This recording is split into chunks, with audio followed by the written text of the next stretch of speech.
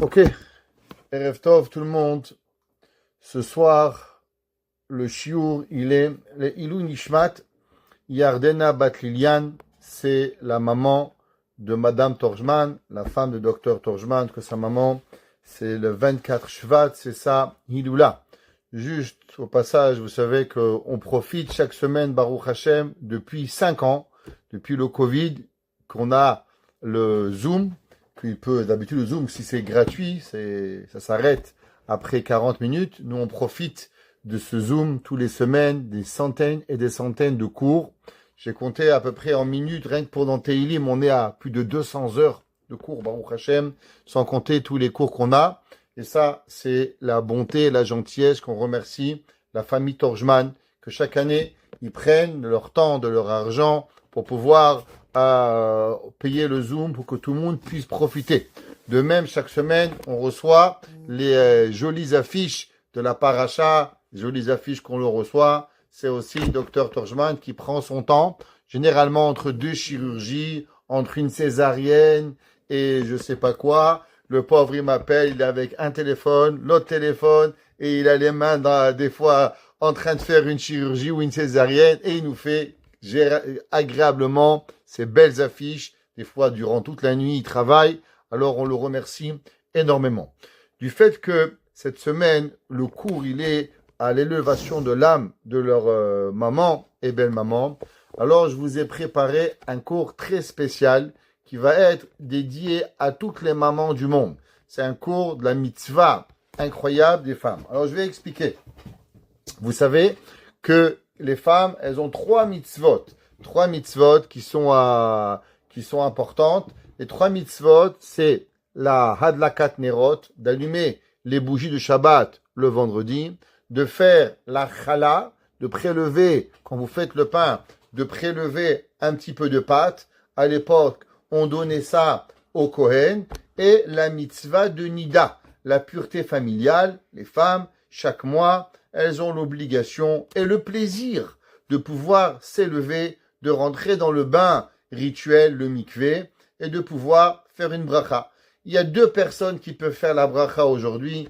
Asher kideshanu bemitzvotav etzivanu ala tevila. Les femmes, durant à peu près jusqu'à qu'elles soient ménopausées, et un converti. Moi, rabbin, aussi grand rabbin qu'on peut être, on n'a jamais le pouvoir de faire cette mitzvah. Cette bracha, c'est que les femmes et les convertis qui peuvent faire cette bracha. Mais une des mitzvot les plus importantes du peuple juif qui a marqué le peuple juif, c'est la mitzvah de Hadlakat Shabbat. Une mitzvah d'allumer ses bougies de Shabbat et une autre mitzvah qui est la mitzvah de Kiddush. Alors on va essayer de voir, on a 2 mitzvot, un pour l'homme et un pour la femme. La première mitzvah d'allumer les bougies de Shabbat et la deuxième mitzvah de sanctifier le Shabbat avec le Kiddush. Et on va essayer de voir la connexion qu'il y a entre Hadlakat Nerot et le Kiddush et comment ces 2 mitzvot, elles sont véritablement interreliées. Alors vous savez que durant la Torah, il y a 2 fois dans la Torah les 10 commandements.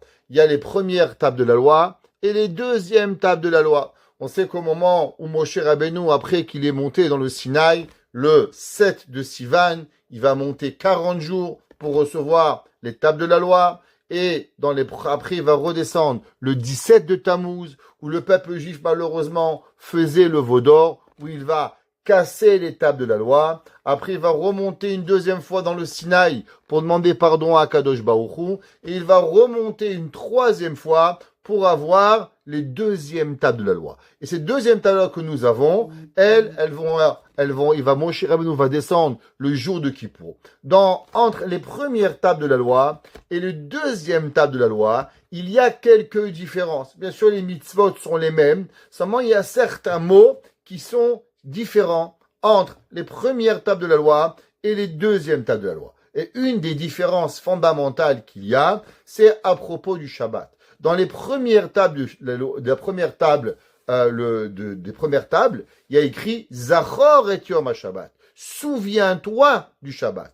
dans les deuxièmes tables, c'est marqué Shamor et Yom HaShabbat, tu vas garder le Shabbat. La Gemara, elle demande la question, pourquoi dans les premières tables de la loi, c'est marqué Zachor et Yom HaShabbat, et dans les deuxièmes tables de la loi, c'est marqué Shamor et Yom HaShabbat. La Gemara, elle dit Zachor ve Shamor bedibur echad. En vérité, Dieu, quand il a parlé et quand il a énoncé la mitzvah de Shabbat, il a dit Zachor ve Shamor. En même temps, nous, on dit Zachor et après Shamor, ou Shamor et après Zachor. On ne peut pas dire deux mots en même temps. On ne peut pas dire bonjour et au revoir. Mais Dieu, il n'a pas un problème de créer 10 bouches, 20 bouches, 30 bouches. Ce que l'homme n'est pas capable de faire, Dieu, il est capable. Donc Dieu va dire Zachor ve Shamor en même temps. La Gemara, elle dit pourquoi Zachor ve Shamor ont été dits en même temps. Quelle était la raison? Alors, la Gemara, elle dit, vous savez que généralement, les hommes et les femmes n'ont pas les mêmes obligations. Les hommes et les femmes sont obligés également d'accomplir les mitzvot lotaase, les mitzvot négatives. Vous savez qu'il y a 248 mitzvot positives et 365 mitzvot négatives. Je répète, 248 mitzvot positives, 365 mitzvot négatives. En tout, il y a 613 mitzvot.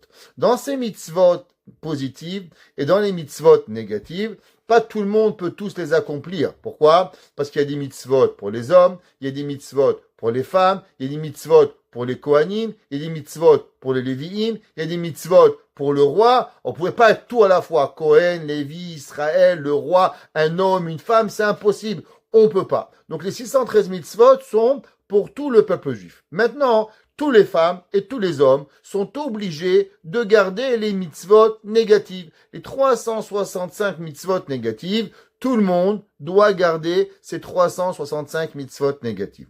À l'inverse, les mitzvot positives, il y a une différence fondamentale entre les hommes et les femmes. Les hommes sont obligés, Kohen, Lévi, Israël, peu important, de garder les 248 mitzvot positives. Maintenant, les femmes, elles ne doivent pas garder ces 248 mitzvot. Il y a des mitzvot que les femmes sont exemptées. Qu'est-ce que c'est?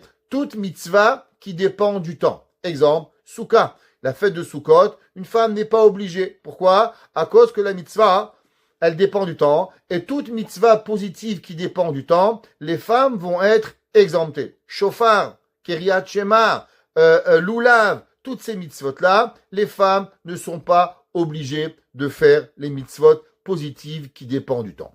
Maintenant, la Gemara, elle nous demande la question, qu'est-ce que ça veut dire Zachor et Yom HaShabbat? Souviens-toi du Shabbat. Qu'est-ce que ça veut dire se souvenir du Shabbat? Alors la Gemara, dans Masechet Shabbat, Daf Kuvav, elle dit, comment on se souvient du Shabbat? Zochreu alayayin bichnisato. On va se souvenir du Shabbat à l'entrée du Shabbat. La Gemara, elle dit, c'est seulement à la rentrée du Shabbat. Est-ce que aussi, il faut se souvenir le matin? La Gemara, elle dit, oui, Zachor et Yom HaShabbat. Aussi se souvenir le matin du Shabbat. D'après certaines opinions, il y a même une mitzvah de se souvenir du Shabbat à la fin du Shabbat. C'est une discussion dans les décisionnaires halachiques. Est-ce que la Havdalah qu'on fait Motzei Shabbat, elle est une mitzvah qui est de la Torah ou c'est une mitzvah rabbinique? De la même façon que on a le kiddush du matin, c'est une mitzvah rabbinique. Le kiddush du vendredi soir, c'est une mitzvah de la Torah. Zachor et Yom HaShabbat. Il y a une discussion dans la Havdalah. Est-ce que la Havdalah c'est de la Torah ou la Havdalah elle est midei Rabbanan? Maintenant la Gemara se pose la question, est-ce qu'une femme, elle a l'obligation de faire le kiddush? Pourquoi? Parce que comme le kiddush il vient que tous les vendredis soirs. Donc quand ça vient le vendredi soir, il y a une mitzvah de kiddush. Donc c'est une mitzvah positive qui dépend du temps. Donc chaque mitzvah positive qui dépend du temps, les femmes sont exemptées. Donc demande la Gemara, est-ce que le kiddush, les femmes sont obligées de faire le kiddush ou les femmes sont exemptées de faire le kiddush? Alors avant de répondre, juste je vous dis, les gens font pas attention, mais dès qu'il vient vendredi soir, après l'allumage des bougies, jusqu'à que votre mari fait kiddush, ou bien que vous allez faire kiddush, vous savez que vous avez plus le droit de manger et vous n'avez plus le droit de boire. Beaucoup de gens ne le savent pas. Ils font par exemple l'allumage des bougies et après ils se prennent un café, ils se prennent un thé. C'est assourd. Vous n'avez pas le droit, ni homme, ni femme. J'étais malheureusement la semaine dernière dans une synagogue, et dans la synagogue, pendant la prière, il y avait des gens qui prenaient de l'eau. Je me suis levé et dit, messieurs, qu'est-ce qui vous arrive? Après l'entrée de Shabbat, on n'a plus le droit de boire. Le Shulchan Aruch, il dit que c'est assourd de boire. Donc juste pour rappeler, hommes et femmes, rappelez-vous, jusqu'au Kiddush, il vous est et il nous est tous interdit de manger et de boire jusqu'au moment du Kiddush. C'est une des raisons pourquoi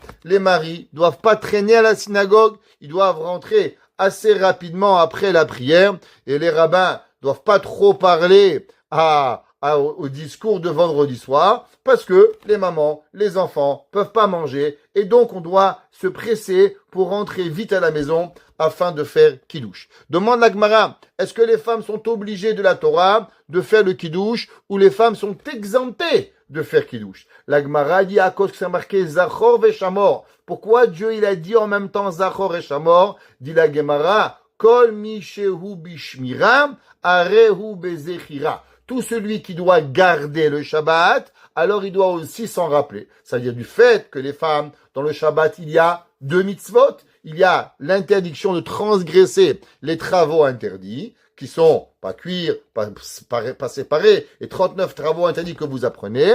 Alors tout celui qui est dans l'obligation de garder les 39 travaux, il est dans l'obligation aussi de se souvenir du Shabbat. Donc les hommes et les femmes, ils sont égaux dans la mitzvah de se souvenir du Shabbat, dans la mitzvah du Kiddush. Pourtant, vous savez que le vendredi, il y a beaucoup de tension à la maison. Mais la Gemara a dit que la veille de Shabbat, ça fait partie de l'obligation du mari. La Gemara dans Masechet Shabbat, page 34, la Medalet. La Gemara a dit qu'un homme, il doit dire à sa famille 3 choses.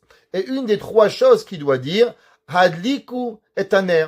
Est-ce que vous avez allumé les bougies du Shabbat? Le mari doit s'assurer que sa femme doit allumer les bougies de Shabbat. La Gemara a dit attention, le mari doit le dire à sa femme, mais comment il doit lui demander? Faire attention, Itzarich les mêmes rebenichuta. Il doit le dire avec calme. Pourquoi? Parce que si le mari dit, vous allumez les rois de Shabbat!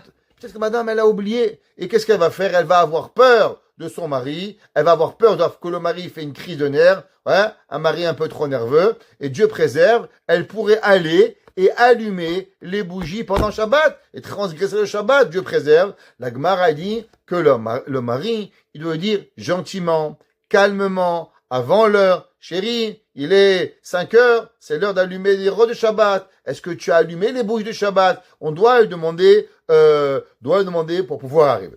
La Gemara, elle demande d'où est-ce qu'on sait que la femme ou le mari, dans la maison, il doit y avoir l'obligation d'allumer des bougies de Shabbat. Alors, il faut savoir que on a la coutume d'allumer 2 bougies. Pourquoi on allume 2 bougies? Une pour Zachor et une pour Shamor. Du fait que c'est marqué Zachor et Shamor bedibur echad, alors il est coutumier d'allumer 2 bougies pour éclairer la maison. Maintenant, puisqu'on parle des bougies de Shabbat, vous savez qu'il y a différentes coutumes. Il y a des coutumes qu'à chaque fois qu'une femme, elle a un enfant, alors elle rajoute une bougie. Ça veut dire elle a 3 enfants, elle va allumer 5 bougies. 2 Zachor et Shamor, et elle allumera 3, 1, 2, 3. Elle a 10 enfants, elle allumera 10 bougies. D'après la Kabbale, il y a une coutume d'allumer toujours 7 bougies. Que vous soyez marié, pas marié, enfant, pas enfant. D'après la Kabbale, si vous avez votre propre maison, vous allumez combien? Toujours d'allumer 7 bougies par rapport aux 7 jours de la semaine. Le Shabbat, il est clair, pas seulement le jour du Shabbat, mais il est clair tous les jours de la semaine, et c'est pour ça que d'après la Kabbale, on allumera 7 bougies. Maintenant, encore une halakha, comme on parle des bougies du Shabbat, vous savez qu'il y a la halakha que si une femme, elle a oublié, par exemple, ou pour inadvertance, elle n'a pas allumé les bougies du Shabbat. Par exemple, elle est arrivée, elle était en voyage, et elle est arrivée en retard, et elle est arrivée à la dernière seconde, et elle n'a pas eu le temps d'allumer les bougies du Shabbat, alors la semaine d'après, elle va avoir une punition, et elle doit devoir allumer une autre. Mais combien? Pas pour une semaine, pour la vie entière. Ça veut dire, par exemple, une personne, elle a oublié d'allumer un Shabbat, à partir de maintenant, elle doit allumer pour sa vie entière 3 nérotes. un pour Zachor, un pour Shamot, et une pour se rappeler qu'une fois, malheureusement, par inadvertance, elle a oublié d'allumer la bougie de Shabbat. La Gemara demande, d'où est-ce que l'on sait qu'on doit allumer les bougies de Shabbat? Quel est le rapport, les bougies de Shabbat, avec la lumière, avec le Shabbat? Quel est le rapport? Alors la Gemara dans Mashachet Shabbat, dans le traité de Shabbat, page Kafé, la Gemara elle ramène un verset dans Echa, c'est marqué Vatiznach, Mishalom Nashi, Nasiti Tova. La Gemara dit qu'est-ce que ça veut dire Vatiznach Mishalom Nafshi, Amar Rabbi Abou, Zu Adlakot Ner Meshabbat. La Gemara a dit de là, on apprend de ce verset que la personne, elle doit allumer les bougies du Shabbat. Maintenant, vous savez, les bougies du Shabbat sont pas une petite mitzvah, sont une énorme mitzvah. Et je vais expliquer. Pour vous donner un peu l'importance de cette mitzvah. Vous savez, dans la Torah, il y a certaines mitzvot qui sont très importantes. Pourquoi? Parce qu'elles sont pas seulement pour vous, mais elles sont aussi pour les autres. Alors, c'est quoi un exemple de mitzvah qu'une personne doit, elle est dans l'obligation de tout faire pour pouvoir faire cette mitzvah? Alors, il y a des mitzvot, si vous n'avez pas, vous n'avez pas d'obligation. Exemple, vous savez que Shabbat, vous devez avoir 2 bouts de pain. Maintenant, si vous n'avez pas 2 pains, vous n'avez pas l'obligation de vendre votre cravate pour aller acheter 2 pains. Vous avez un pain, vous avez un pain. Ça s'arrête ici. Maintenant, une personne, elle est très pauvre, elle n'a pas de mezouza. Elle n'a pas de mezouza à sa porte. La Torah ne t'oblige pas de te vendre comme esclave pour faire une mezouza. Tu vas attendre, tu mets de côté doucement. Quand tu vas avoir l'argent, tu vas t'acheter une mezouza.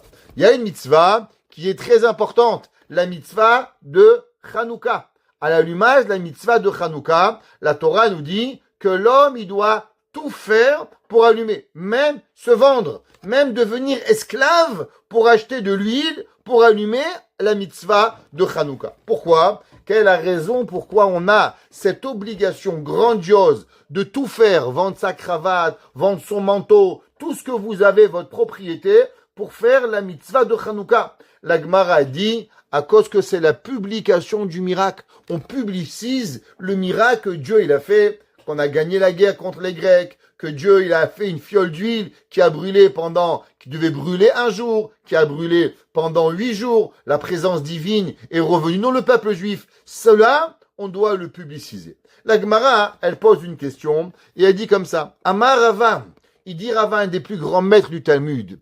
Pshitali, il est clair pour moi. Je n'ai même pas de doute. Imaginez-vous un homme, il a une fiole d'huile et il peut allumer Hanouka ou il peut allumer les bougies de Shabbat. Qu'est-ce qu'il fait? Il a travaillé toute sa semaine et maintenant il a pu trouver une fiole d'huile. Est-ce qu'il va allumer Hanouka ou Shabbat? Dit Rava, vous savez quelle mitzvah elle va précéder? La mitzvah de Shabbat, elle précède la mitzvah de Hanouka. Ça veut dire que la mitzvah d'allumer les néros de Shabbat, elle est encore plus importante que la mitzvah de quoi? Que la mitzvah de Hanouka. La Gemara a dit pourquoi? À cause que la bougie du Shabbat, elle amène la paix dans le foyer.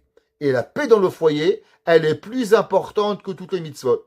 Alors on va ouvrir une parenthèse durant ce cours. Quel est le rapport avec la paix dans le foyer et l'allumage des bougies de Shabbat? C'est pour ça que le cours il va être comprendre l'importance de la mitzvah de Adlakat Nerot, que l'on voit qu'elle va précéder même Nerot Hanouka.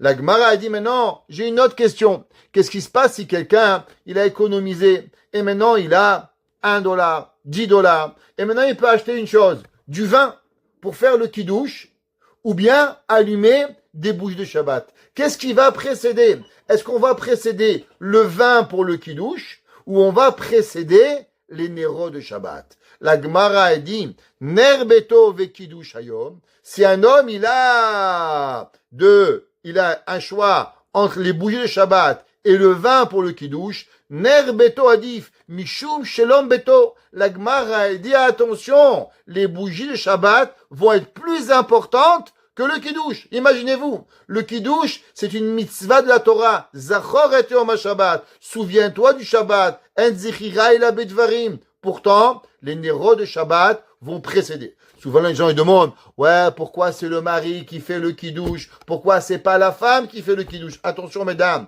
ne diminuez pas votre mitzvah. Votre mitzvah est la précédence sur toutes les mitzvot. elle a précédence avec les Nerot de Hanouka. Elle a même précédence avant le Kiddush pour pouvoir y arriver.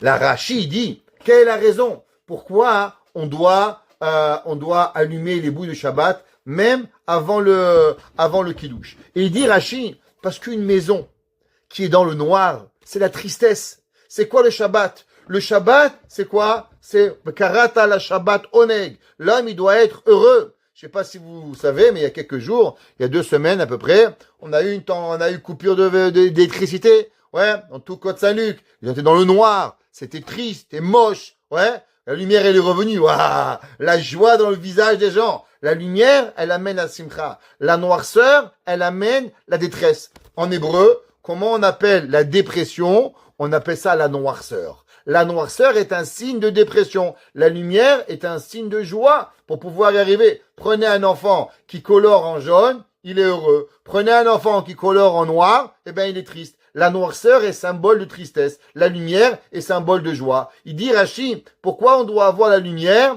À cause que pour pas que sa famille, elle soit dans la noirceur de la maison. Maintenant, vous savez, c'est pas seulement une Gemara, c'est marqué dans le Shulchan Aruch. Le Shulchan Aruch, qui est le code de loi juive, dans le Siman Reish Samer Gimel. Il dit, si un homme, il peut pas acheter les Nerot de Shabbat et le Kiddush, alors Ner Shabbat Kodem, il devra acheter les bougies à sa femme avant. Et pareil, s'il peut pas acheter Shabbat ou Hanouka, eh ben, Shabbat précédera Hanouka. Pourquoi? Parce qu'il n'y a pas de Shalom Bayit sans Ner. Le Shalom Bayit, il précède la paix dans le foyer, il est plus important que tout. Maintenant, j'aimerais vous lire un Maïmonide. Le Rambam, il a rajouté quelque chose d'extraordinaire. C'est quoi? Parce que on aurait pu se demander, vous savez, les couples sont pas toujours en train de se bagarrer. Quelle est la raison pourquoi on doit allumer pour d'avoir la paix dans le foyer? Pourquoi la Torah, elle pense qu'on met des claques à notre femme, on est en train de se bagarrer avec des fourchettes et des couteaux?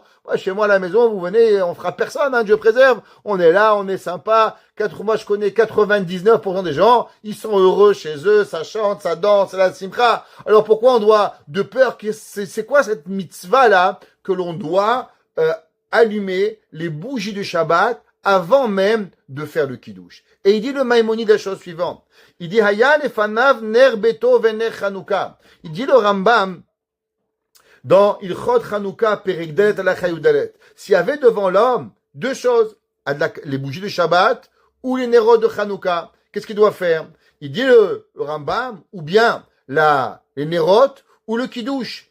Ner beto kodem. Vous savez pourquoi? Mishum shalom bayit. Et tu vas me poser la question, mais qu'est-ce qu'il y a de tellement grand dans la paix dans le foyer? Il dit le Rambam, vous savez que dans la Torah, il y a un grand interdit. Il y a des choses qui sont des petits interdits, et qui sont des grands interdits. Par exemple, vous savez que un des grands interdits dans la Torah, dire le nom de Dieu en vain. 3e commandement cette semaine, Lo tisa Hashem lashav. L'homme, il doit faire attention à ne jamais dire le nom de Dieu en vain. C'est pour ça, vous savez que quand vous mangez quelque chose, pourquoi vous devez faire une bracha? Chez Hakol Nia Bidvaro, Boré Periaetz, Boré Periadama, Boré Mine Mezonot. Ouais. Quelle est la raison? Pourquoi on fait une bracha? La Gemara a dit que tout appartient à Dieu. Tout le monde appartient à Dieu. Et à quel moment Dieu vous donne cette pomme, vous donne cette orange, vous donne ce raisin, vous donne ce gâteau? Seulement au moment où vous faites la bracha. La Gemara dit que celui qui mange sans bracha, c'est un voleur. Vous volez. Maintenant, la Gemara, elle demande, qu'est-ce qui se passe si un homme, il a un doute? Un homme, il a un doute. Est-ce que j'ai fait la bracha ou j'ai pas fait la bracha? Ça arrive souvent aujourd'hui avec le téléphone cellulaire. On est au téléphone, on sort des raisins, et là, on se rappelle pas. J'ai fait une bracha, j'ai pas fait de bracha. Oui ou non? Alors, d'un côté, si je fais pas de bracha, je suis un voleur. De l'autre côté, si je mange et j'ai déjà fait la bracha, alors je vais dire le nom de Dieu en vain. La lacha, elle est, ça fait berachot lehakel. Si tu as un doute, si tu as fait une bracha, ne le refais pas. Parce qu'elle est tellement grave, la raison de dire le nom de Dieu en vain, vaut mieux que tu sois voleur, plutôt que tu dises le nom de Dieu en vain. La Gemara dans Masechet Shavuot, elle dit qu'au moment où Dieu, il a dit, Lotisel Hashem Lashav, le monde entier, il a tremblé. C'est pour ça que vous savez, sur le peuple juif, on ne dit jamais le nom de Dieu. Jamais, ça n'existe pas. Le nom de Dieu, c'est toujours un nom qu'on n'a pas inventé, mais qu'on a transformé. Quel est le nom de Dieu? Le vrai nom de Dieu, il ne se prononce jamais. Comment on appelle Hachem?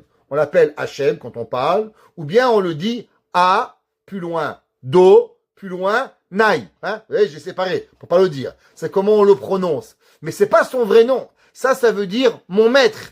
Le vrai nom de Dieu, c'est un nom qu'il est interdit à un homme de dire. Le seul qui avait droit de dire le nom de Dieu, c'est qui? C'est le Kohen Gadol, le jour de Yom Kippourim. C'est le seul, Shema Mefouraj. Nous, on dit seulement ce qu'on appelle un surnom de Dieu. Un kinouï. A, plus loin, Do, plus loin, Naï. Ou bien, E, plus loin, Lo, plus loin, Im. C'est comme ça qu'on dit. Mais on n'a pas le droit de dire le vrai nom d'Akadosh Baruch Hu. C'est interdit.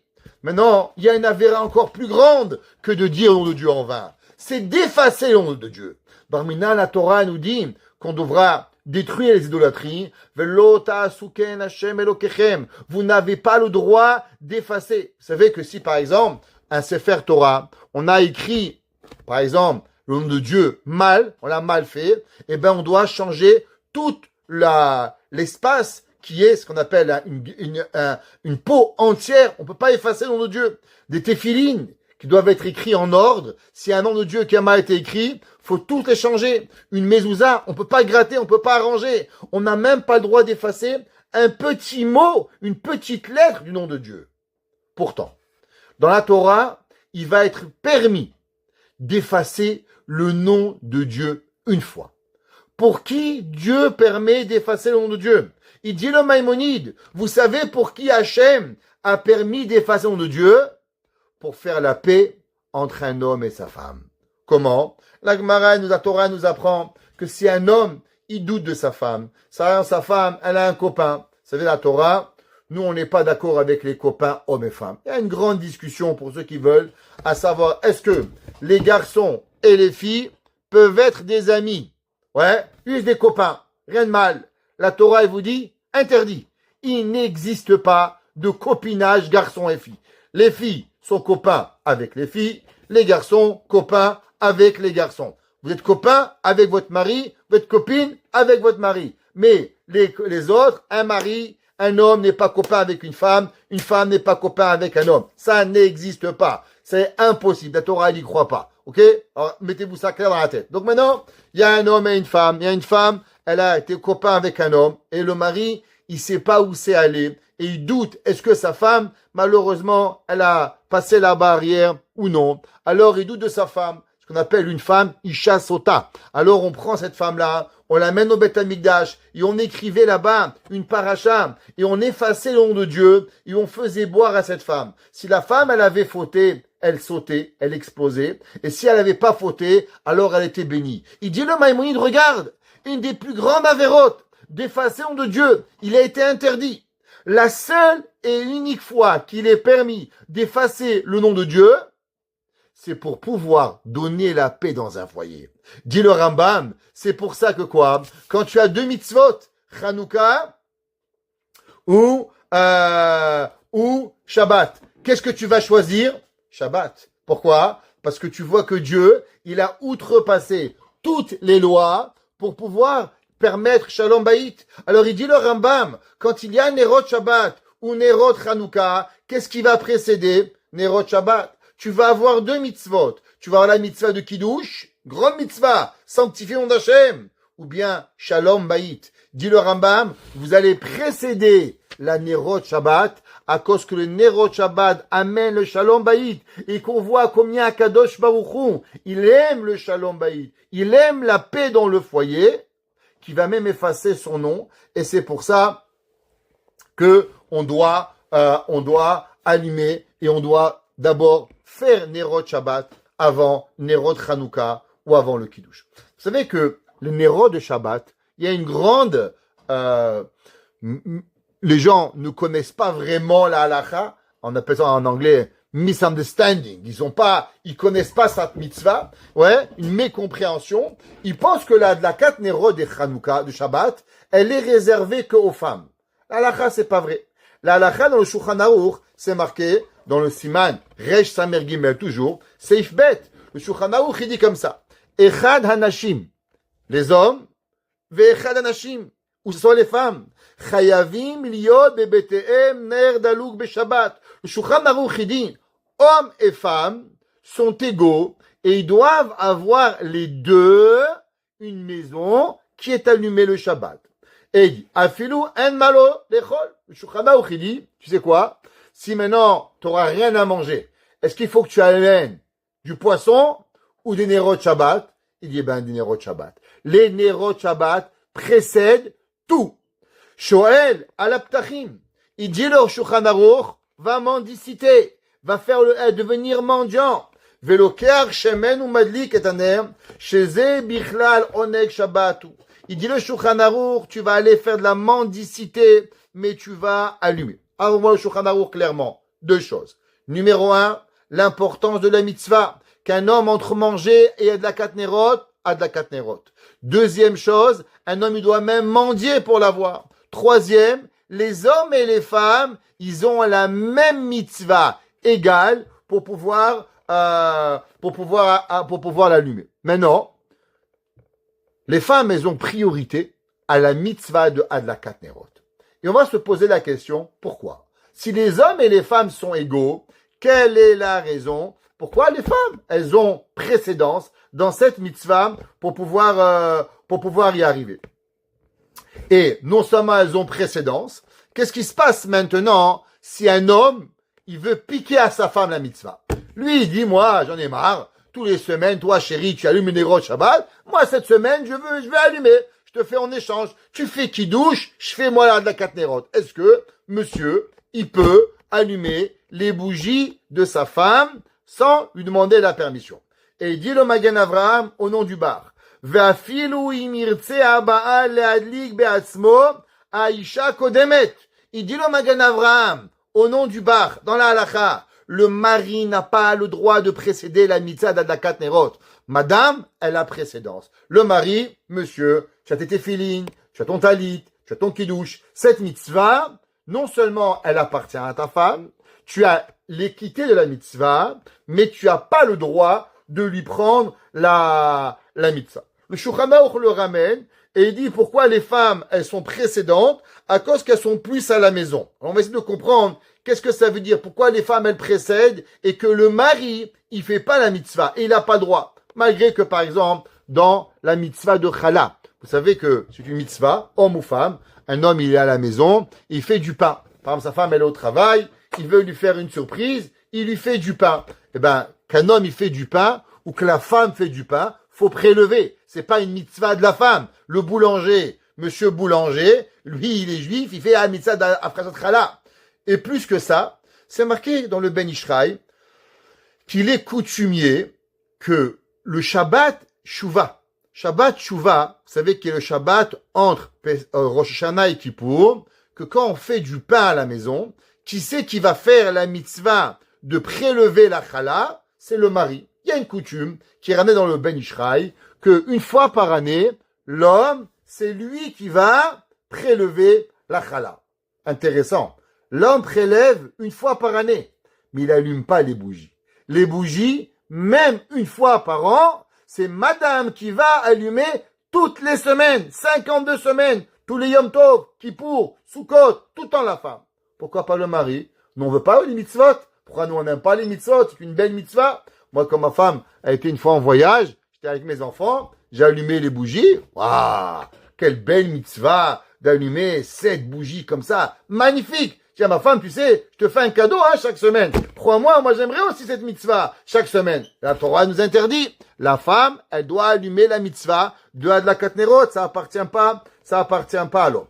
Maintenant, le Magen Avraham, il dit, quelle est la raison pourquoi la femme, c'est elle qui a cette mitzvah?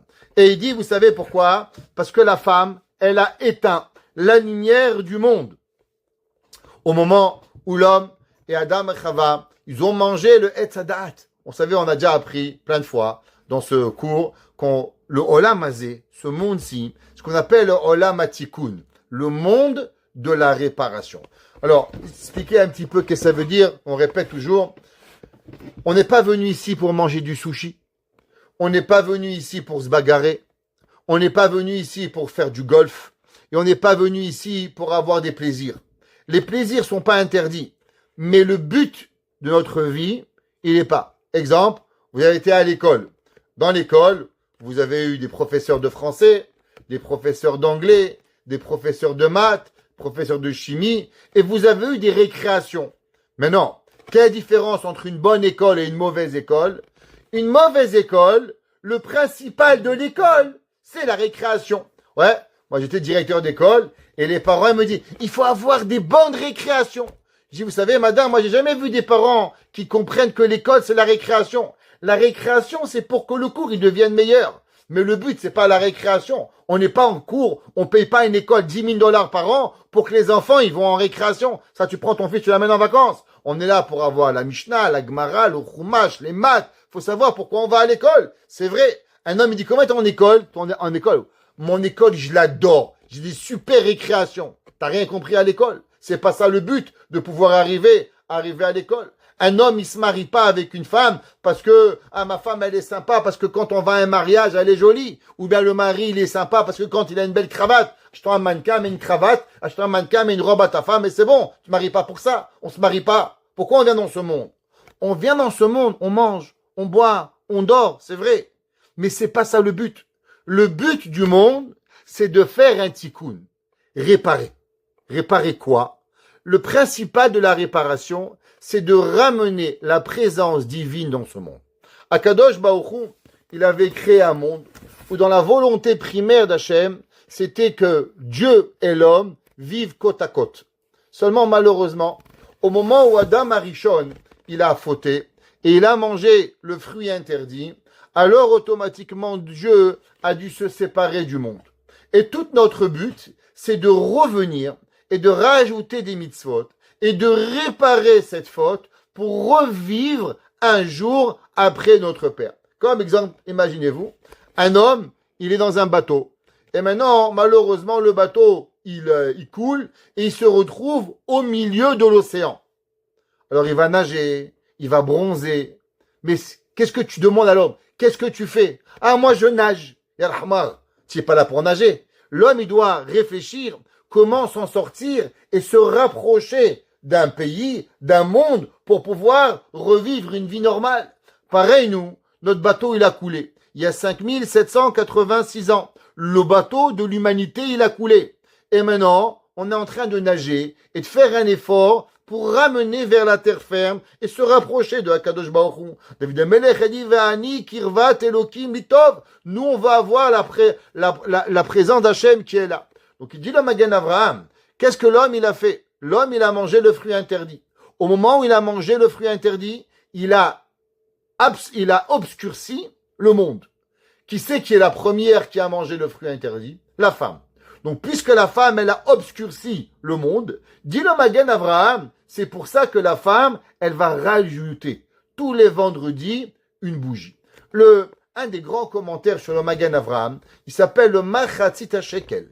Et le Machatzit HaShekel, il explique et il dit, quelle est la raison? Il dit, Mipene, Sheaisha Kapta Nero Shel Olam. Il dit, qu'est-ce qu'elle a éteint la femme? Vous savez qu'est-ce qu'elle a éteint la femme? Eh bien, c'est l'homme. L'homme, c'est quoi? L'homme, c'est une âme. Et il dit, Sheirtia et Adam Arishon. Elle a fait manger le fruit interdit à l'homme. Ve'irshicha Nishemato Akeruyaner. Alors vous savez, quand un homme il décède, ou bien par exemple vous allumez, vous êtes la hiloula d'un saint, qu'est-ce que vous faites? Vous allumez une bougie. Pourquoi vous allumez une bougie? Pourquoi une bougie? Pourquoi vous faites pas, je sais pas, autre chose? Quelle est la signification d'une bougie? Alors, une des raisons elle est, vous savez que la bougie, le feu il monte toujours vers le haut. Ouais, vous pouvez mettre la bougie vers le bas, le feu il va remonter vers le haut. Ok? Eh ben pareil, l'âme, sa volonté, c'est toujours de remonter vers le haut. L'homme, il a une âme. Son âme, elle s'appelle la bougie de Dieu. Ner Hashem Nishmat Adam. Il dit le verset, quelle est la bougie de Dieu? Elle est l'âme de la personne. L'homme, il représente. Dis-le Machatzit HaShekel. Tu sais qu'est-ce que l'homme, il est? L'homme, il représente cette bougie. Et au moment où Chava, elle a nourri l'homme du fruit interdit, alors malheureusement, elle a éteint elle a éteint la neshama de l'homme. Que Moshe Katuv, Nishmato, a éteint Nero Shel Olam, Ner Hashem Yadba, qui kon neshamot ayut luyot, befatos de Marishon. Et alors, c'est pour ça que chaque semaine, la femme, elle va remettre et elle va reclairer. Ça veut dire, bien sûr, on a dit au début du cours, les maisons, ils se bagarrent pas. Dimanche, lundi, mardi, mercredi, jeudi, vendredi. Pourquoi juste le vendredi, ça va être la guerre à la maison, il faut faire du shalom bayit? Non. Bien sûr qu'on se fera pas, on n'est pas des sauvages, on aime notre famille, on veut que tout se passe bien. Mais le but de la bougie du Shabbat, c'est de nouveau rééclairer notre âme, avoir cette paix intérieure qui va nous rapprocher de Hakadosh Baruch Hu pour pouvoir y arriver. Et maintenant, vous savez que quand vous faites Adlakat Nerot, alors il y a une coutume. Tout le monde, ils vont savoir, Sepharad et Ashkenaz, qu'est-ce qu'on fait? Alors pour ceux qui ne savent pas, on allume les bougies. Pour ceux qui allument les bougies et qui font la bracha après, ou pour ceux qui font la bracha et après ils allument les bougies, mais on fait pareil. Alors si on allume les bougies et après on fait la bracha, alors on allume les bougies, à droite d'abord et après à gauche, et après on fait comme ça, on bouge nos mains vers nos yeux et on couvre nos yeux et on fait la bracha. Baruch ata Hashem Elokeinu melech haolam asher kideshanu b'miltav vetzivanu la'adlik ner Shabbat. Ok? Ceux qui font la bracha avant, alors ils font la bracha, ils vont allumer la bougie, ils feront ce geste d'approner vers eux et ils vont couvrir leurs yeux et ils vont prier. Et dans la prière que l'on prie, on prie principalement pour notre mari, on prie pour notre famille, on prie pour nos enfants et on prie. La réponse, c'est la question que je vais vous poser. Vous faites chez Mona Esrei tous les jours, 3 fois par jour. Les femmes, 1 fois par jour, 2 fois par jour. Vous avez 3 fois par jour, comme vous voulez. Est-ce que vous avez déjà vu une femme qui fait synagogue comme ça? Non, elle prend son livre, elle prie. Ouais, elle ouvre le livre de prière et elle prie Hachem. Pourquoi, quand il arrive à de la Adlakat Nerot, d'un coup, les femmes, elles vont couvrir leurs yeux avec leurs mains? C'est quoi ce geste-là? C'est abracadabra, là? Ah, ouais, pour faire abracadabra, tout va bien? Ouais, c'est quoi ce rituel qui est intéressant? Sepharad, Ashkenaz, Lubavitch, Chassid, tout le monde couvre les yeux et tout le monde prie. Quelle est la raison pour cela? Alors, Chachamim, ils nous expliquent et nous disent quelque chose d'extraordinaire. Vous savez qu'au moment où Chava, elle va manger le fruit interdit. Avant qu'elle mange le fruit interdit, c'est marqué. Vateret haïsha kitov. Et elle va voir la femme, le fruit, kitov la ma'achal, qu'il est beau à manger. Vechita ava ou la enaim. Et il était envieux, même pour les yeux. Ça veut dire quoi? Que le fruit interdit, il était beau. Et ça veut dire quand elle a regardé avec une envie de quelque chose qui était beau. Par exemple, prenez une femme, elle va faire les vitrines. Elle marche. D'un coup, elle voit une belle robe. Qu'est-ce qu'elle fait? Elle s'arrête. Waouh, c'est beau. Le mari, il regarde, il dit, je veux le costume, il part. Il s'arrête pas devant la vitrine. Pourquoi? Parce qu'il n'a pas ce truc-là de regarder les belles choses. Il rentre, il achète, il part. C'est tout, si c'est beau. Une femme, elle aime la belle chose. Elle va regarder. Prenez un mari il arrange sa maison, c'est rangé. Ça manque d'âme. C'est pas beau. Une femme va te mettre un bouquet de fleurs, elle va te mettre une couleur, elle va te faire quelque chose. Elle va le rendre beau. La Torah nous dit que la femme, Chava, elle va regarder le fruit et elle va l'apprécier avec ses yeux. Vatikach mi pirio, et elle va le prendre avec du fruit. Vatochal, et elle va donner à son mari. Qu'est-ce qu'elle a fait, Chava? Elle a fait 2 choses. Elle a regardé et elle a pris. Maintenant, on a dit, qu'est-ce qu'elle a fait à ce moment-là qu'elle a à son mari? Elle a éteint l'âme de son mari. Alors, au moment où on va rallumer les bougies de Shabbat, alors on fait 3 choses. 1, on ramène la lumière à son mari. Numéro 2, on ferme les yeux. Pourquoi on ferme les yeux? À cause que toute la faute, elle est venue à travers quoi? À travers qu'on a trop regardé. Et qu'est-ce qu'on a fait quand on a regardé? On a voulu prendre. Alors maintenant, on répare ces 3 choses-là. On allume, on prend nos mains et on couvre nos yeux. Pourquoi? Pour pouvoir réparer les actions que Chava elle a fait de voir et de prendre pour pouvoir arriver à donner. Et c'est pour ça que on vient et on le donne, on va le donner. Maintenant, vous savez que malgré que la femme elle allume les bougies du Shabbat, Pourtant, il y a encore une mitzvah à l'homme. Quelle est la mitzvah à l'homme? L'homme, c'est à l'homme mari d'allumer, d'arranger les bougies du Shabbat. Ça veut dire, pour ceux qui sont mariés ou ceux qui ne sont pas encore mariés, alors, messieurs, frottez les bougeoirs de votre femme, mettez des beaux verres, mettez l'huile, sans salir de partout, que ça vous maudit après. Non, faire bien, gentiment, assurez-vous de bien faire. Il y a un jour, un gars, il m'a dit, moi, je fais jamais les courses. Je lui dis, pourquoi?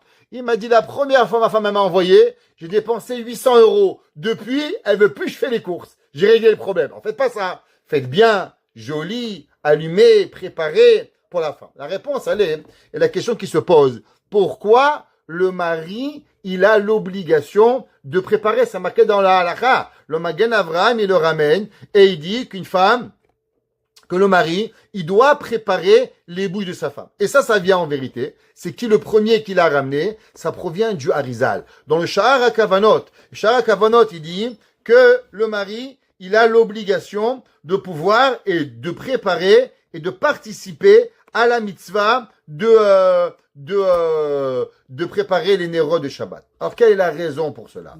Alors, une des raisons, et ce qu'on va parler ce soir, vous savez que Madame Chava, elle a mangé le fruit interdit.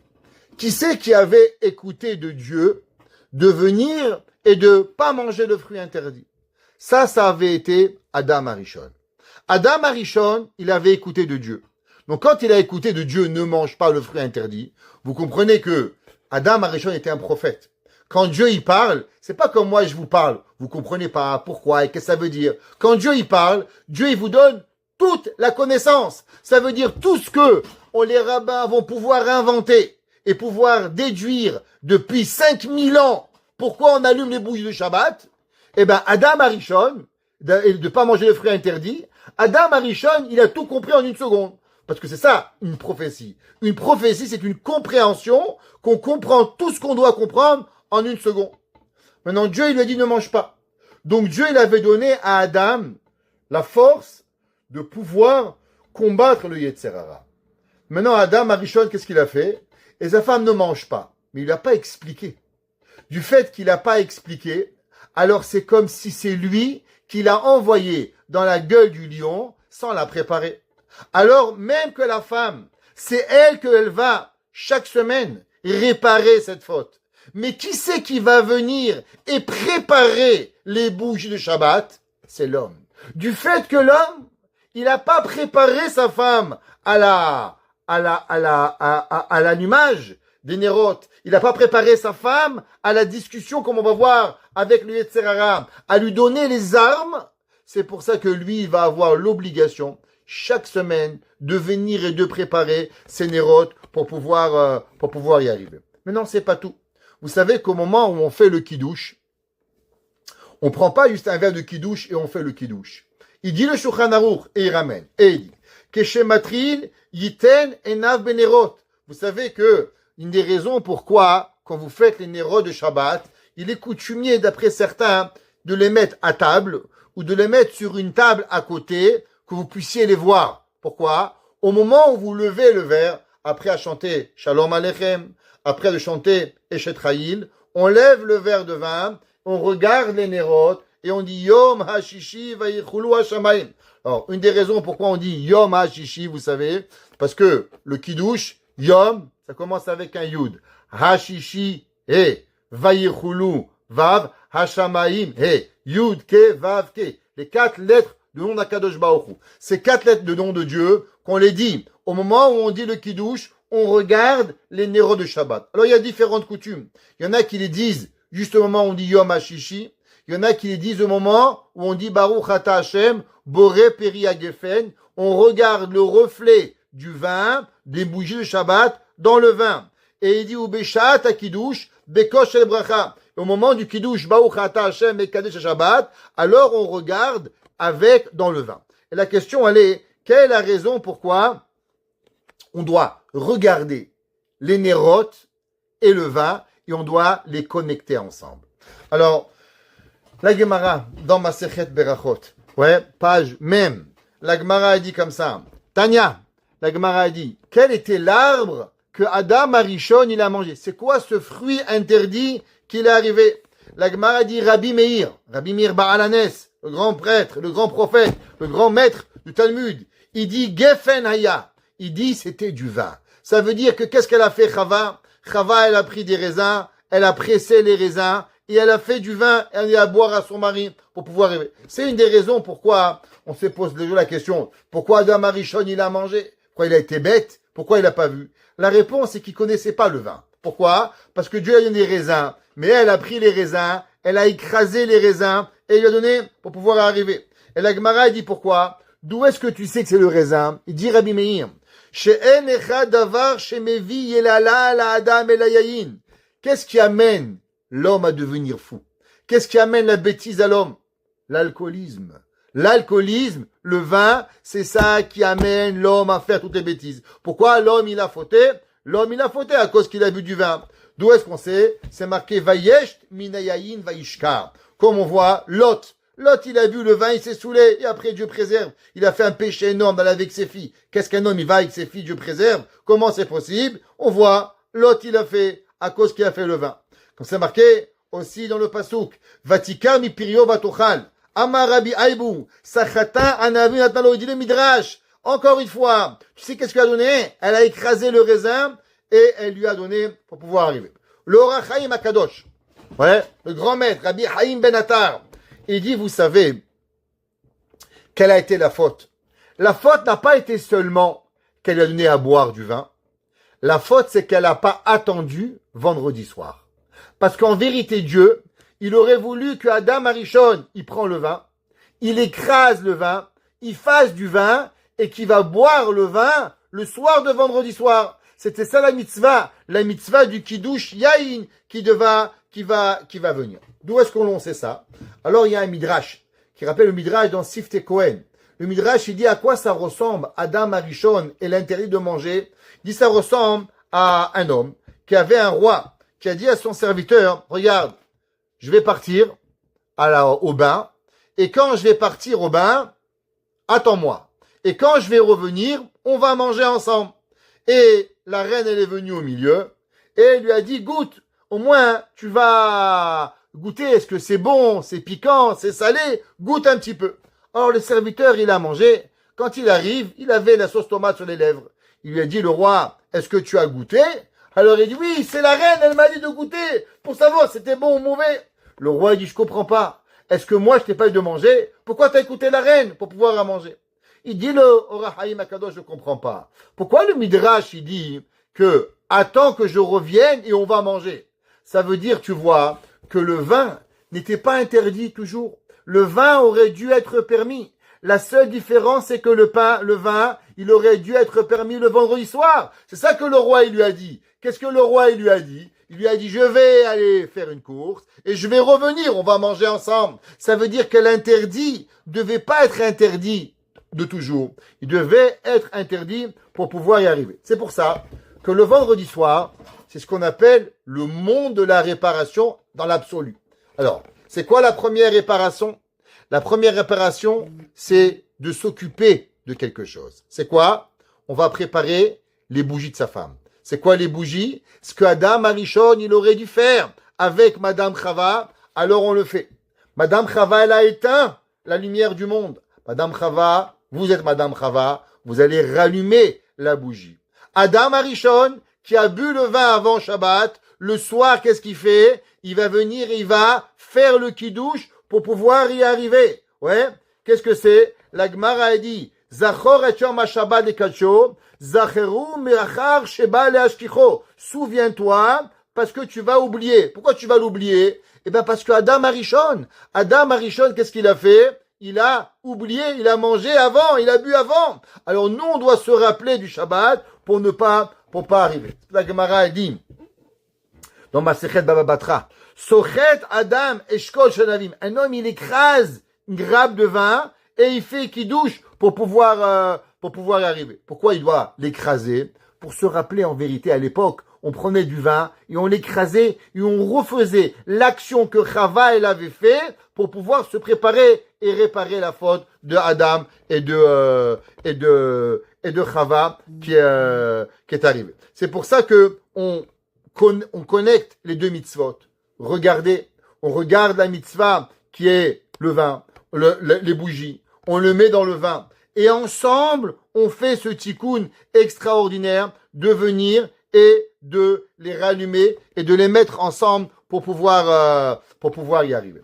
Il nous reste encore 5 minutes et j'aimerais vous rapporter un Zohar. Alors vous savez que le Shulchan Aruch dit que d'après la halakha, on a le droit d'allumer avec n'importe quelle huile, tant et aussi longtemps que l'huile, elle arrive facilement à la mèche, vous pouvez allumer. La paraffine, vous avez le droit, de l'huile de tournesol, de l'huile d'avocat si vous voulez. Ouais, c'est pas un problème. Huile végétale, huile de coton.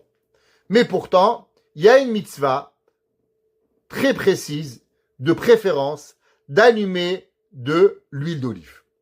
Maintenant, quelle est la raison?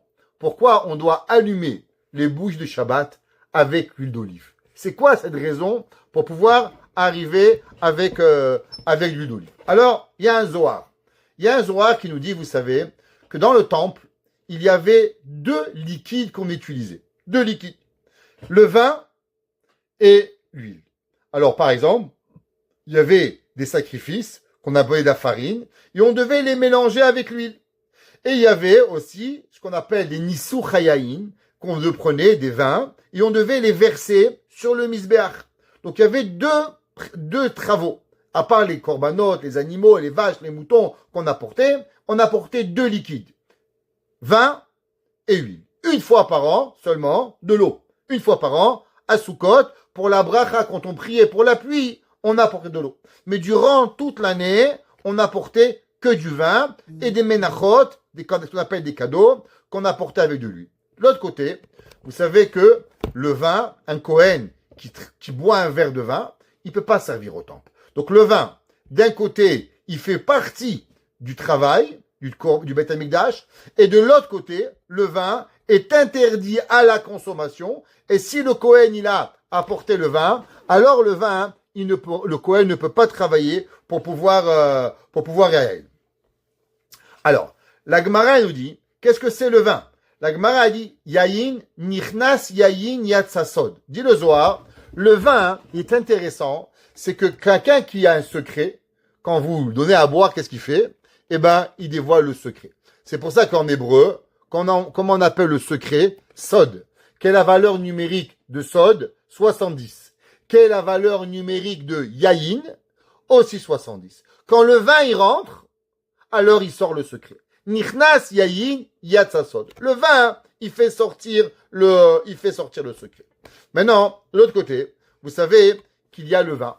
Le vin, la Gemara a dit que c'est intéressant, que pourquoi on apportait du vin, que au moment où on faisait ces versements de vin, alors les Lévi'im y chantaient. Les Lévi'im y chantaient. Le Kohen n'a pas le droit de boire du vin. Le Kohen verse du vin dans le Mizbeach, et au moment où il verse, qui c'est qui chante? Les Lévi'im. De l'autre côté, le Kohen, lui, il va travailler avec de l'huile. Le Midrash, il dit, qu'est-ce que c'est l'huile? L'huile, vous savez, c'est quelque chose d'intéressant. Quand vous versez de l'huile, ça fait aucun bruit. Prenez tous les liquides, blouk, blouk, blouk, blouk, blouk. Le seul liquide que quand vous versez, il ne fait aucun bruit. C'est l'huile. Quel est le rapport? L'huile, le bruit, la verse, le vin qui fait du bruit. Qu'est-ce que ça a à voir? Alors le Zohar, il nous dit la chose suivante. Vous savez qu'il y a dans le monde 2 forces. Ce qu'on appelle la force de Rachamim, de miséricorde, et il y a la force de Midat Adin. Il y a la force de la rigueur pour pouvoir y arriver. Les Kohanim, ils sont ce qu'on appelle Rahmanim. Les Kohanim, ils sont à la force de la miséricorde. Les Lévi'im, ils sont quoi? Eux, ce qu'on appelle Midat Adin. Eux, ils sont la rigueur pour pouvoir y arriver. Pourquoi le Kohen devait avoir la miséricorde? Parce que le but du Kohen, c'est de pardonner la faute d'autrui. Un homme, il venait dans le temple et il disait, monsieur le Kohen, j'ai allumé la lumière Shabbat, j'ai fait un feu, je me suis allumé une cigarette, je savais pas. Le Kohen demande, tu regrettes? Bon, je sais pas vraiment. Le Kohen devait lui parler jusqu'à qu'il regrettait. Parce qu'un homme qui amène un sacrifice et qui regrette pas, Ça sert à rien. Est-ce que Dieu a besoin de ton sacrifice? Qu'on tue une vache pour toi, tu mérites même pas la vache. Alors à quoi ça sert? L'homme, il a besoin de quoi? De venir et de pardonner à Kadosh Baruch Hu. Qui c'est qui faisait la remontrance à l'homme? L'homme, il devait faire la remontrance, c'était le Kohen. Le Kohen, il devait venir et parler à la personne. À l'inverse, les Lévi'im, qu'est-ce qu'ils font les Lévi'im? Les Lévi'im devaient faire du bruit. Les Lévi'im devaient venir et devaient être à faire et à chanter. C'est quoi ce principe?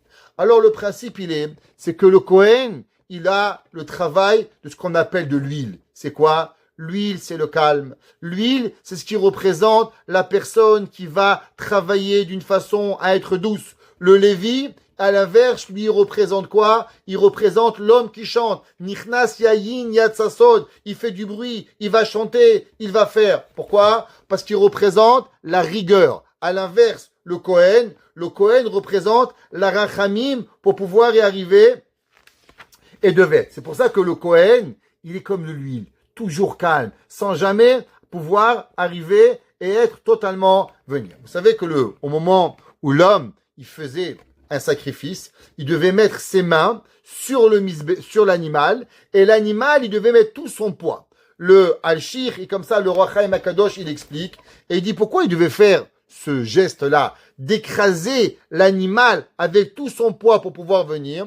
Et il dit, vous savez, que la Mishnah dans Parasechet Pirkei Avot, elle dit dans chapitre 4, Mishnah Yud Aleph, Haose mitzvah achat, celui qui fait une mitzvah, alors konelo praklit echad, il mérite un palais, un ange. Haover avera achat, konelo kategor echad. Qu'est-ce qu'il fait? Il a créé un démon. Et c'est marqué dans Chaim, konelo kategor, pirouche malach mashrit. Il dit le Chaim, vous savez qu'est-ce qui arrive? Il s'est créé un démon, que ce démon, il veut le tuer. Alors maintenant, ce démon est dans vous, et ce démon, il va essayer par tous les moyens de vous faire fauter. T'as mangé pas cachère, bois du vin pas cachère, mange pas de bracha, fais ci, fais là. Il est en vous, c'est un démon, il veut vous faire fauter, encore et encore et encore et encore, pour pouvoir y arriver. Quand vous mettez vos mains sur l'animal, et que vous demandez pardon à Dieu, vous savez qu'est-ce qui se passe? L'énergie négative qui est en vous, elle doit venir et elle doit partir sur l'animal. Et quand on va tuer l'animal, qu'est-ce qu'on tue en vérité? On tue pas l'animal. On est en train de tuer cet ange qui était l'ange de la mort, qui était dans vous, et c'est lui qu'on va tuer. C'est pas l'animal. L'animal, il représente seulement quoi? La connexion. Mais en vérité, c'est cet ange de la mort qui est en lui pour pouvoir y arriver et qui va être là-bas. Maintenant, pourquoi la femme, elle allume avec de l'huile d'olive? Vous savez, quand vous voulez éviter tous les problèmes, qu'est-ce qu'on vous dit? Parle pas. Quand un homme, il engage dans une discussion, généralement, dès que vous parlez, vous avez perdu. Parler avec certaines personnes, c'est une catastrophe. Si vous voulez garantir de perdre un combat, il y a des gens qu'il faut parler. Et si vous voulez garantir de gagner une guerre, parlez pas. Le malach, le Nachash Akadmoni, où elle a commencé l'erreur? Vous savez où elle a commencé l'erreur? L'erreur, elle a commencé parce que Chava, elle est rentrée dans un débat avec lui. Elle a commencé, et pourquoi, et comment, et qu'est-ce qui arrive? Vous savez, c'est marqué que Yaakov Avinu, il s'est bagarré avec le malach de la mort. Le malach de Esav. À la fin, le malach, Yaakov, il a demandé au malach, comment tu t'appelles? Et c'est pas écrit que le malach, il lui a répondu. Le Shem ou Shmuel, le rabbi de Sokhotchov, il dit bien sûr, il lui a dit. Vous savez comment il s'appelle le mauvais malach? Le mauvais malach, il a un nom. Qu'est-ce qu'il lui a dit? Lamazé. Pourquoi ça? Tish'al lishmi. Vous savez qu'est-ce que c'est être un homme qui croit en Dieu? Un homme qui croit en Dieu, c'est un homme qui fait sans poser de questions. Quand l'homme, il commence, et pourquoi, et comment, et je savais pas, et explique-moi, dès que tu mets l'action au préalable de ta question, alors tu as perdu. L'homme, il peut demander toutes les questions. Mais d'abord, il doit faire, et après, il demande. Qu'est-ce que Dieu a dit au moment de Matan Torah? Il a demandé au peuple juif, vous voulez faire la Torah? Ils ont dit, Naaseh venishma. On va faire, et après, on va demander. Parce qu'on n'est pas des idiots. La Torah, elle n'a pas peur des questions. Le peuple juif passe sa journée à poser 1 milliard de questions. Vous connaissez Rabbi Jacob? Qu'est-ce qu'il lui a dit? Un juif, tu lui poses une question, t'en poses 2000. Il dit, vous avez 1000 questions, j'ai 2000 questions. On n'a pas peur des questions. Vous savez pourquoi? Parce que d'abord on fait et après on pose. Mais si tu poses des questions et après tu fais, alors la guerre a été perdue. Chaque semaine, quand on sert Hachem, quand on veut se rappeler de l'erreur de Chava, pourquoi on allume avec l'huile d'olive? Parce que l'huile d'olive, elle, quand elle coule, elle fait pas de bruit. Parce que Chava doit se rappeler. Vous savez pourquoi Chava, elle a perdu la guerre contre le serpent? À cause qu'elle s'est rentrée dans un débat. Il y a des gens où il faut pas avoir de débat avec eux. Vous savez, il y a souvent, vous rencontrez dans la rue, vous rencontrez les témoins, vous rencontrez ces gens-là qui veulent rentrer en discussion avec vous. Si vous voulez perdre la guerre, parlez avec eux. La plus grande guerre avec eux, c'est de pas parler. Chaque vendredi, on se rappelle que la raison pourquoi on a perdu la guerre avec le Nachash, c'est à cause qu'on est rentré dans un débat. Souvent, la meilleure façon, c'est quoi? C'est de pas faire de bruit. C'est pour ça que la mitzvah principale, c'est quoi? La mitzvah principale, c'est l'huile d'olive. Maintenant, vous savez que c'est pas souvent qu'il faut pas se taire. On n'est pas un peuple d'abrutis. On nous a traité, le peuple juif, de tout. On nous a traité de riches, d'avoir du pouvoir, d'orgueilleux. Mais une seule chose, on nous a jamais traité, d'être bêtes. Le peuple juif n'a jamais été connu un peuple bête. Pourquoi? Parce qu'on apprend la Torah. Alors qu'est-ce que ça veut dire? On parle ou on parle pas? On se tait ou on se tait pas? Décide-toi, monsieur le rabbin. On n'arrive plus à te suivre. La réponse, c'est qu'on doit parler. Mais savoir parler de quoi? Parler de quoi?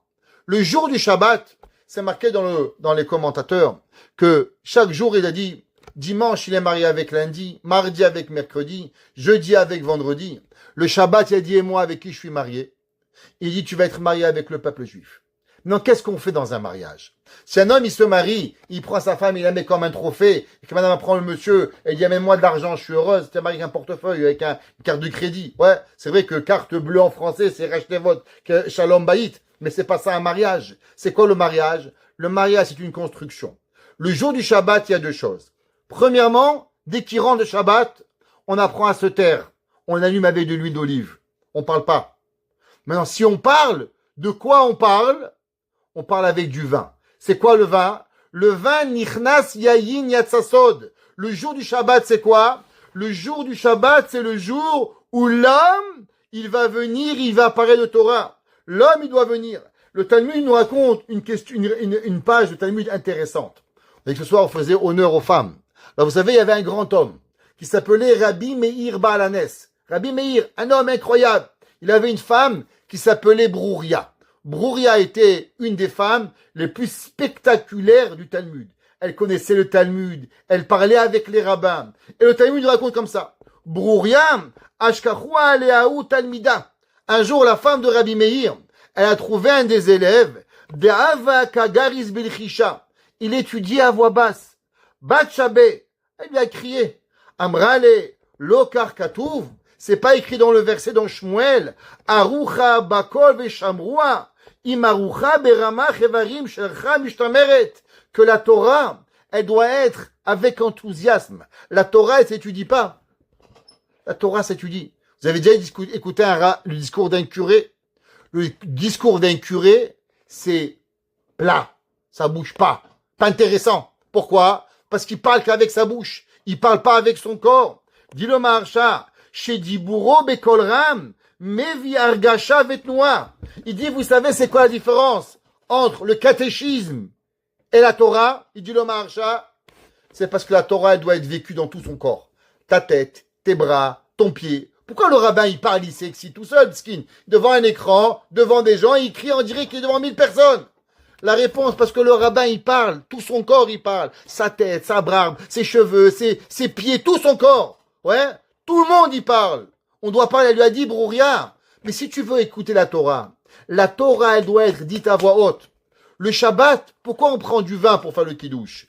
Parce que le kiddush, le vin, ça fait du bruit quand vous le versez. Vous avez déjà fait du vin. Le vin, avant qu'il devienne du vin, il bout, blouk, blouk, blouk, comme une ébullition qui arrive. Pourquoi? Parce que ça représente cette Torah. Ça représente les Lévi'im qui chantent. Alors le Shabbat, on doit faire deux choses. D'abord, on doit apprendre à se taire. Se taire de quoi? Eh bien, des bêtises. Vous avez le temps de parler dimanche, lundi, mardi, mercredi, jeudi, comment il fait beau, comment il fait froid, combien le manteau, combien les chaussures. Tout ça, vous avez le temps. Le Shabbat, quand il arrive le Shabbat, on apprend à être calme. On apprend à se restreindre. La Gemara a dit qu'un jour, la maman de Rabbi Shimon Bar Yochai, elle a trop parlé. Rabbi Shimon, il lui a dit, maman, c'est Shabbat. Elle s'est tue. Pourquoi? Parce que le Shabbat, c'est là qu'on répare de pas parler des bêtises. Mais à l'opposé, qu'est-ce qu'on fait? On prend le kidouche et on le dit à voix haute. Et on va s'élever pour pouvoir arriver et à parler de Torah. Parce qu'en vérité, pourquoi on est arrivé à la faute d'Adam Arishon? Un, parce qu'on ne s'est pas préparé à parler de Torah assez. Deux, parce qu'on est rentré en discussion avec le Satan et le Nachash qu'on ne devait pas. Alors malheureusement, on s'est préparé avant Shabbat et on a bu avant Shabbat et on n'a pas fait.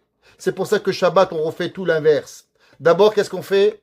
Le mari, il aide sa femme. Il prépare sa femme. Il fait cette action de préparer les nérotes. Après, madame, elle va allumer les bougies. Avec quoi? Elle va verser l'huile. Elle va pas entendre de bruit. Elle dit, lui, elle n'entend pas de bruit. Il va apprendre à me taire un petit peu. Apprendre à pas parler. Le mari va apprendre à fermer sa bouche un petit peu. Pas crier sur personne. On va allumer les bougies. Pourquoi? On va rallumer la lame de la personne. Au moment où le mari, il va prendre son verre. Il va regarder les nérotes. Il va se rappeler, oui, aujourd'hui on ne parle pas de bêtises, mais de quoi on va parler? On va parler de Torah. Il va élever, il va être Mekadesh, il va réparer la faute de Adam Arishon.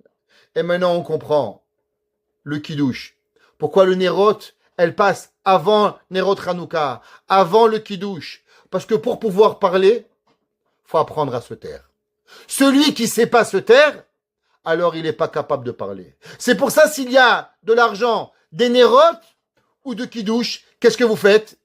D'abord les nérotes. Parce que si vous voulez apprendre à parler de Torah, il faut d'abord savoir arrêter de parler de bêtises. Parce que si on parle de Torah au même moment où on dit des bêtises, c'est certain qu'on dira des bêtises. Donc d'abord on apprend à se taire, on va illuminer notre âme, et après on fera le kidouche, mais toujours en se rappelant que notre parole, elle doit être en communication avec savoir se taire de ce qu'on ne doit pas parler pour pouvoir y arriver. Et c'est ça, Zachor et Yom HaShabbat le Kadesho. Souviens-toi du Shabbat. Ça veut dire quoi? On doit se souvenir et on doit parler. Et la Gemara dit comment? Les Kadesho. Parce que le but de la sanctification, c'est quoi? C'est pas de le profaner, mais à l'inverse, c'est de quoi? C'est de pouvoir sanctifier le jour du Shabbat. Et c'est pour ça que c'est les femmes qui commencent à allumer les bougies avec l'huile d'olive. C'est pour ça que le mari, il précède la préparation et il fait le kidouche. Et c'est pour ça qu'il est entouré de deux anges. Au moment où il rentre à la maison le vendredi soir, il a le bon malach et le mauvais malach qui va l'accompagner. Et que ensemble ils vont sanctifier cette maison. Et ils vont dire, de la même façon que madame, elle a allumé la bougie, de la même façon que la table elle est mise, alors le malach bon, il va bénir cette maison, il va dire, la semaine prochaine ça sera tel. Et on recommencera à avoir quoi? À arranger cette maison, à de nouveau éclairer notre âme qui a été obscurcie par Chava avec Adlakat Nerot et avec le Kiddush et avec cette réparation. On espère que Bezrat Hashem, Akadosh Baruch Hu, se rapproche de nous et nous rapprochons de Akadosh Baruch Hu pour pouvoir arriver au jour du Shabbat éternel qui est le jour de la venue de Mashiach, Bimera Biyamenu. Amen.